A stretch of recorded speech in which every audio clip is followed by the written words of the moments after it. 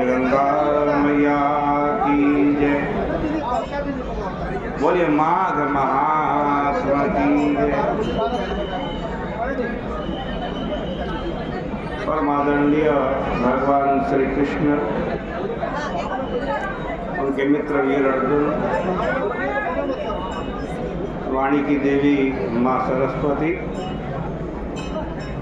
और वेद व्यास जी को सर्वप्रथम प्रणाम करते हैं। पतित पावनी, कलिमल हारिणी, मोक्षदायिनी माँ गंगा जी के इस पावन तीर्थ हर की पौड़ी ब्रह्म कुंड पर नाग महात्मा की चर्चा प्रारंभ हो रही है। 15वें अध्याय में हम पहुँचे हैं। वशिष्ठ जी राजा दिलीप को कथा सुना रहे हैं।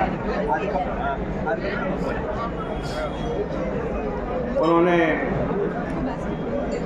14वें अध्याय में कहा कि हे राजन, कुछ गंधर्व कन्याएं थी, वो शाप जनित पाप के फल का कठिन उपभोग कर रही थी। जब उन्हें लोमस ऋषि जी ने उपदेश दिया तब वे माघ स्नान से मुक्त हो गई। तो आज सूत जी कहते हैं,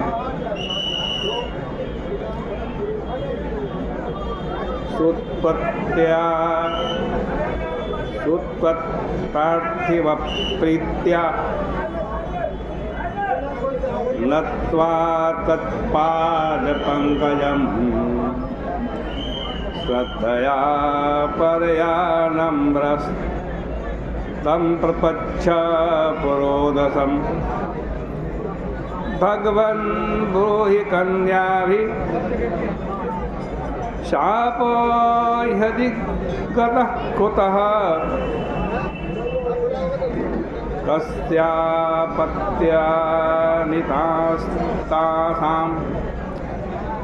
नाम किं कीदृशञ्च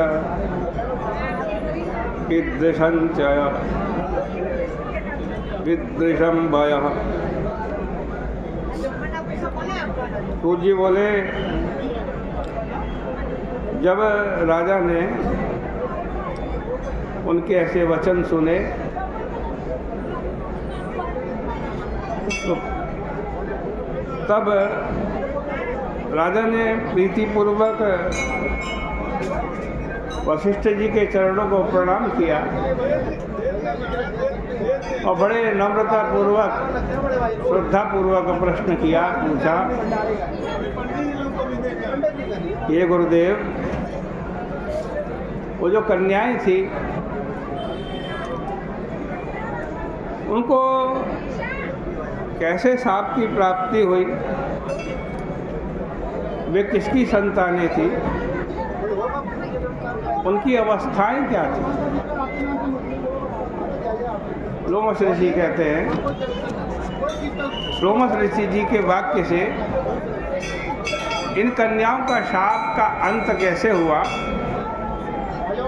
उन्होंने माघ के महीने में कहाँ पर स्नान किया,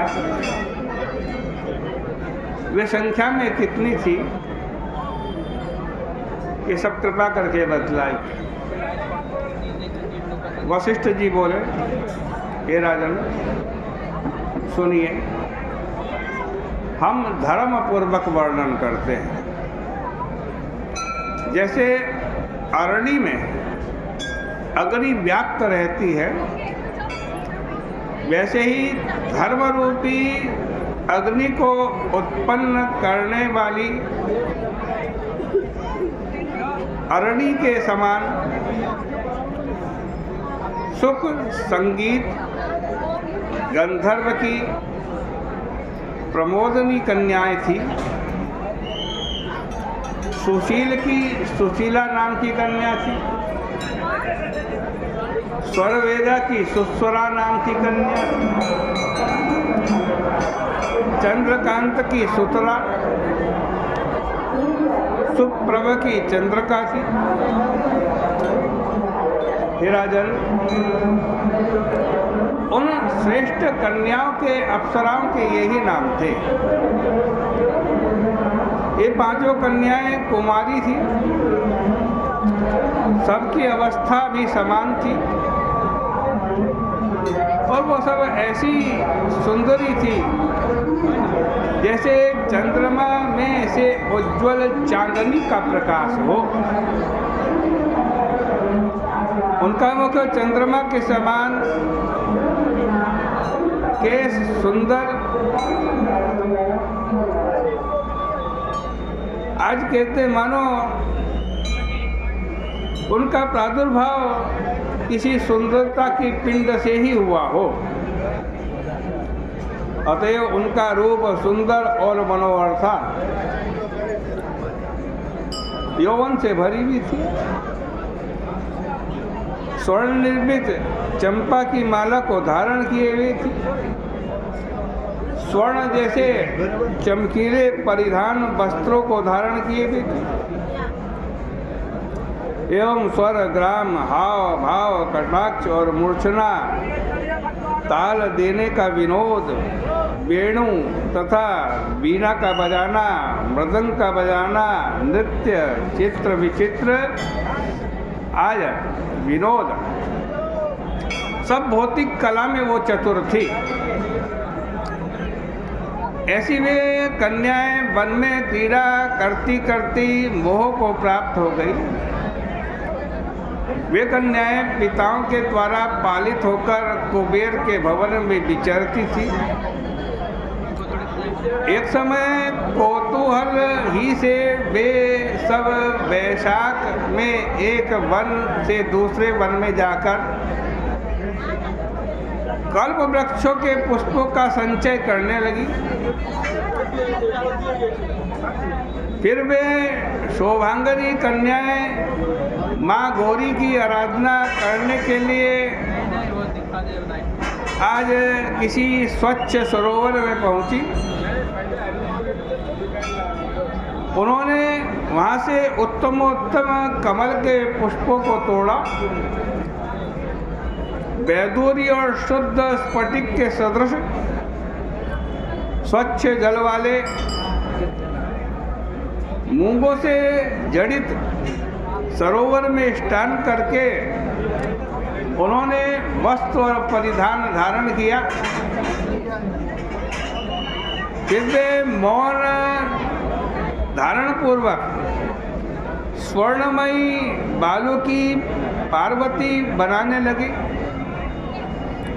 चंदन, कुमकुम और कमल आदि से गौरी की पूजा करके और भक्ति भाव पूर्वक अनेक उपचारों के द्वारा पूजन करके वे कुमारिकाएं गौरी के आगे नृत्य करने लगी।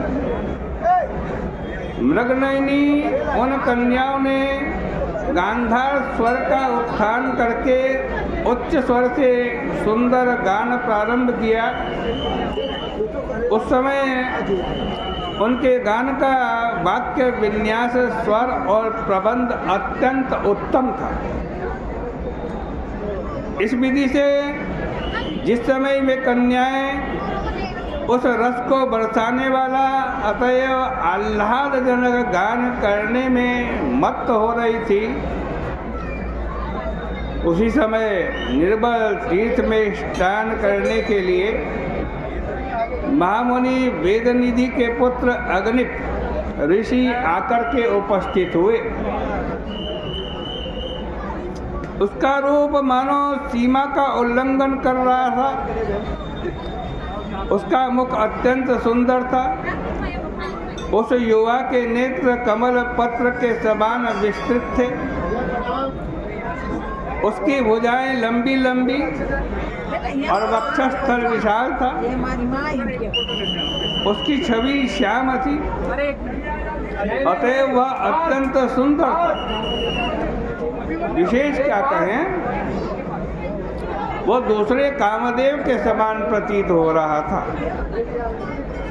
उस ब्रह्मचारी के सिर पर शिखा थी, दंड रूपी धनुष से वह कामदेव के समान प्रतीत होता था।